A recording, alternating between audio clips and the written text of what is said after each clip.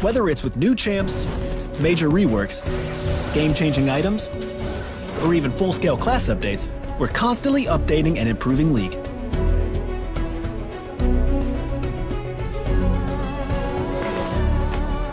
Midseason's our chance to make big changes that might otherwise get bumped to preseason.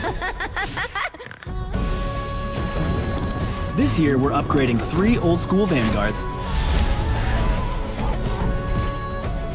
making items more rewarding for supports, and giving Rift Herald a big, terrifying makeover. We'll talk about her first.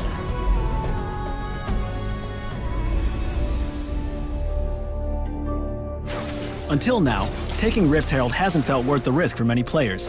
We're changing the Bad Beetle's style so beating her grants a reward that actually matters. Rift Herald's new look and attack patterns will make fighting her feel a little more epic, but you'll see the real changes after you've taken her down. Once defeated, the Herald is trapped in a magical relic which grants the wielder a Baron-empowered recall for as long as they hold on to it. Using the relic destroys the item, releasing the Herald from her prison. Once summoned, she'll join your team, sieging the nearest lane and tearing through towers like a horrendous purple wrecking ball. As always, her eye is her weak point, and teams that focus on it will take her out more quickly.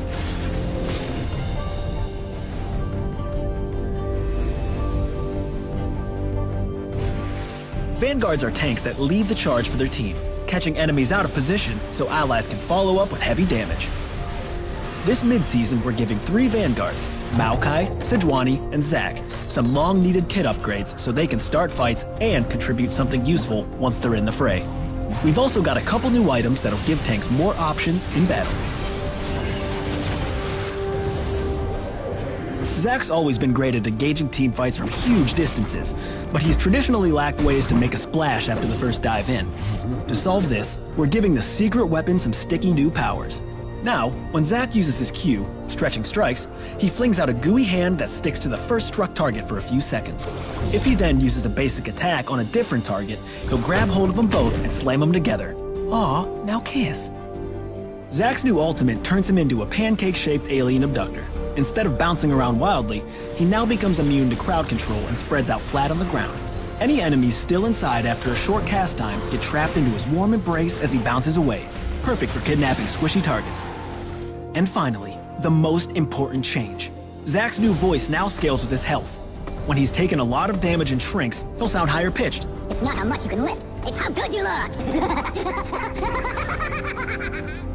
Sejuani's a boar-riding warlord that leads her team into battle. We're giving her some new ice-cold powers that'll let her keep control of the battlefield once things get going. Sedge's new passive, Frost Armor, makes her immune to slows and improves her defenses. Taking damage will break the armor, but she can rebuild it by roaming around out of combat. Sedge's new E, Permafrost, causes her basic attacks to passively apply frost stacks to stuck enemies. Any of Sedge's nearby melee allies will also apply these stacks with their own basic attacks. When her enemy is fully frosted, Sedge can activate Permafrost to freeze him, then shatter him with an attack or ability for bonus damage. Sedge's new W, Winter's Wrath, lets her make him frosty faster with a few whacks from her mace. Maokai is a very old, very angry nature spirit who's pissed off about the destruction of his homeland. To better capture his personality in-game, he's getting a full voiceover update and 2 new abilities that make him a terror in the jungle. First, Maokai's saplings now grow and become empowered when thrown into brush. This helps out his jungle clear and lets the twisted treant control areas of the jungle by booby-trapping the shrubbery. His new ultimate now creates a slow-moving avalanche of roots about the width of a lane. Each root snares the first enemy it catches, giving Maokai a tool for turning around teamfights, or for uprooting the lane to make enemies run for cover.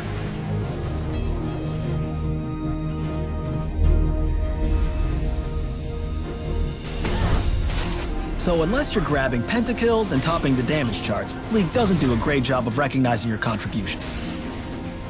Supports in particular get less experience and gold than their allies, which prevents them from feeling the impact of the work they do for their team. We want to give support players rewards other than gold, so they can power up in new ways. Ancient Coin, Spell Thief's Edge, Relic Shield, and their upgrades now offer quests. For instance, Once you earn enough gold with Spell Thief's Edge, it'll begin granting you a move speed bonus whenever you proc its tribute passive. New visual effects also make it more clear who's done what in teamfights. Now, whenever a summoner spell or item is activated, a mist-like tether forms between the caster and the recipient, so everyone knows when you've dropped a sick burn on the enemy. Also, new team-specific death visuals help you keep track of the carnage, and spelled out crowd control effects above champion health bars add a touch more clarity to teamfights. The new items and visual effects give everybody more ways to get recognized for individual achievement in-game, but we also think we can do more to recognize your contribution once the game's ended. That's why we're updating the end-of-game screen to recognize valuable stats like damage mitigated on self, damage to towers, and new vision and crowd control scores that improve as you place key wards and lock down baddies, respectively. We'll keep adding more stats throughout the season. As always, you can catch us in the patch notes to see specifics on the mid-season changes, including stuff we haven't covered here, like updates to tank items. Keep an eye out for other upcoming changes, including our rework of Honor and the new 10-ban system.